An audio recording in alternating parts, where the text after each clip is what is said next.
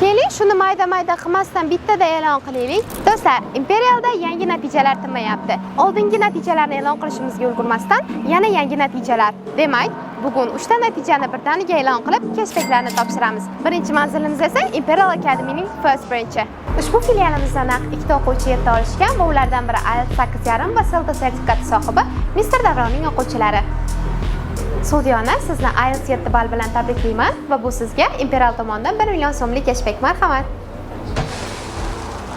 Sohdiana was hardworking student as those who get 7, and the best part about her was that her results were out on 8th day. Men Imperial Academy'ga IELTS 6 natija bilan keldim va 4 oy davomida Mr. Davronning IELTS Advanced guruhlarida o'qib, overall 7 natijani qo'lga kiritdim. Bu davr davomida men reading va writing skilllarimda juda yaxshi improve sezdim. Keyingi natijamiz IELTS 8, 10 yilga yaqin o'qitish tajribasi va CELTA sertifikatli Mrs. Nilufarning o'quvchilari Iroda. Iroda, sizni ushbu natijangiz bilan tabriklayman va bu 1 million so'mlik cashback esa sizga.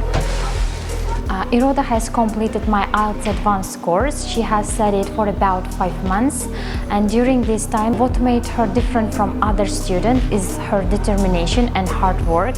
Even now she is continuing her classes, and I hope her next destination is 8. Endi esa keyingi manzilga yo'l olamiz. Uchinchi o'quvchimiz esa Texnopark filialimizda tahsil olganlar va ularning ustozlari IELTS 8.5 va 10 yilga yaqin tajribaga ega Mr. Aziz Botir bo'ladilar. Seving, sizni ushbu natijangiz bilan tabriklaymiz va kelajakda bundan-da yuqori natijalarni kutib qolamiz. Marhamat.